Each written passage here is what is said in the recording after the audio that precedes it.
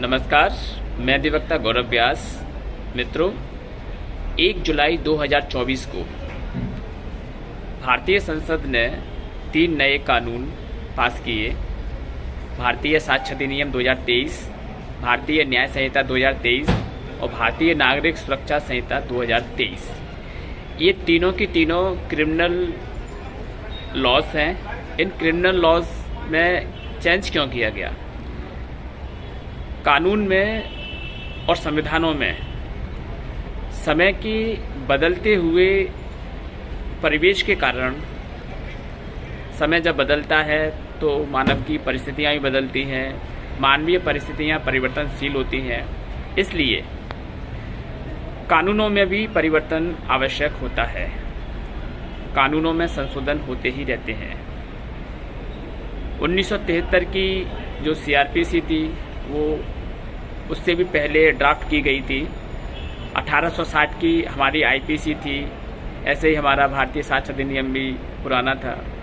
तो अब हम चूँकि 1947 में इंडिपेंडेंट स्टेट के रूप में सामने आए, एक सोवर्जन स्टेट के रूप में सामने आए, संप्रभु राष्ट्र के रूप में सामने आए, तो अपनी उसी संप्रभुता का परिचय देते हुए, अपने देश के नागरिकों के हितों को ध्यान में रखते हुए, आप अपने राष्ट्र के हितों को ध्यान में रखते हुए, क्योंकि प्रत्येक राष्ट्र की भौगोलिक स्थिति, सामाजिक स्थिति अलग अलग होती है, ऐसे ही हमारे भारत देश की भी भौगोलिक और सामाजिक स्थिति अलग अलग है। इसी को दृष्टिकोण में रखते हुए हमने एक प्रयास किया, हमारी गवर्नमेंट ने एक प्रयास किया और इन कानूनों में परिवर्तन किया और अपनी संप्रभुता का परिचय दिया।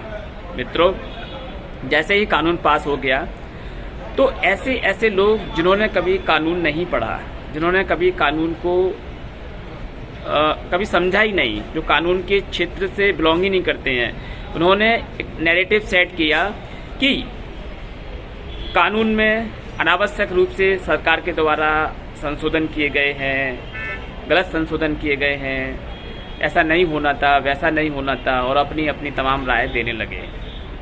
थोड़ा मेहनत कीजिए, थोड़ा पुरुषार्थ कीजिए और जो नए कानून हैं उनको ठीक से स्टडी कीजिए, तो आपको पता चलेगा कि वास्तव में इन कानूनों को जो संशोधन करके या फिर नए रूप में संसद के द्वारा पारित किया गया है, ये समाज की वर्तमान समय की मांग थी। इसी को दृष्टिकोण रखते हुए हमारी वर्तमान सरकार ने, संसद ने 3 नए कानूनों में परिवर्तन किया और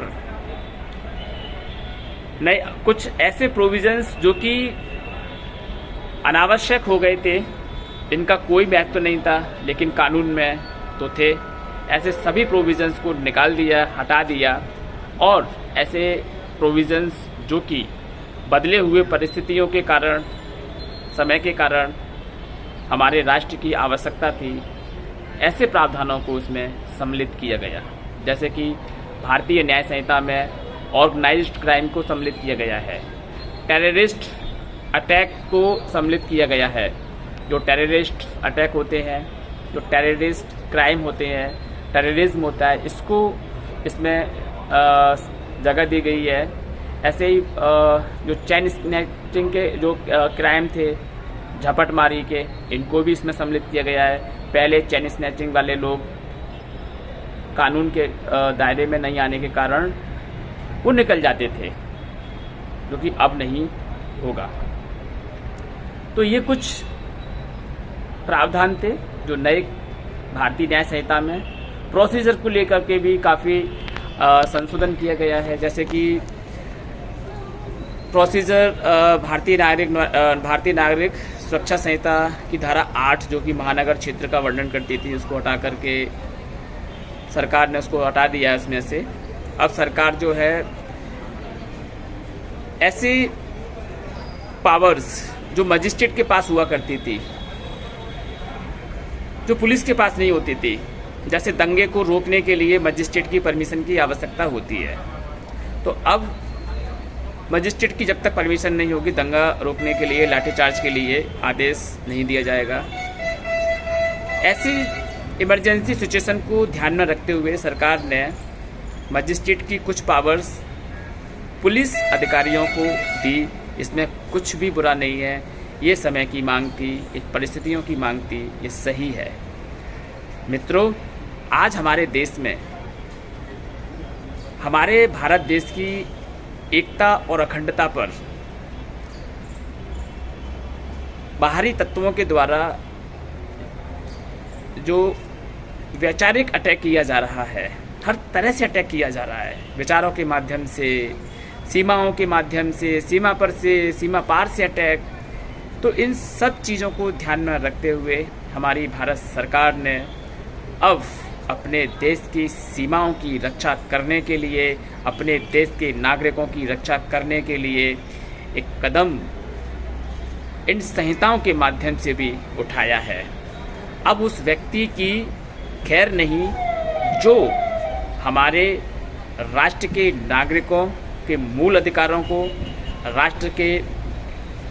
हमारे राष्ट्र की सीमाओं को रौंदेगा या हमारे राष्ट्र की एकता और अखंडता पर कोई लांछन लगाएगा, उसको किसी भी प्रकार से डिस्ट्रॉय करने की कोशिश करेगा, अब वो क्षम्य नहीं होगा।